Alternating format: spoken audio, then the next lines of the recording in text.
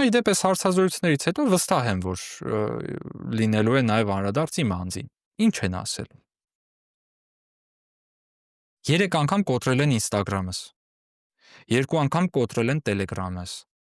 Այդպիսի նամակագրություն չունեն, որ իրենց մոտ չլինի։ Ամեն ինչ ունեն։ Ամեն ինչ։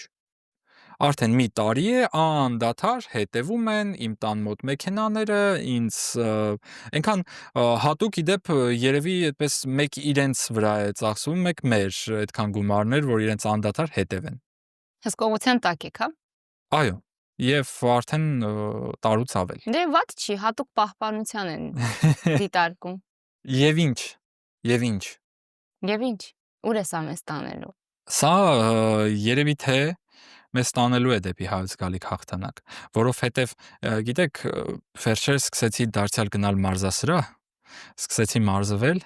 ու շատ նմանություն կա։ Երբ որ ծանր քաշի տակ ես, անդադար ճնշման տակ ես, մկանները սկսում են ուժեղանալ, ցավում են։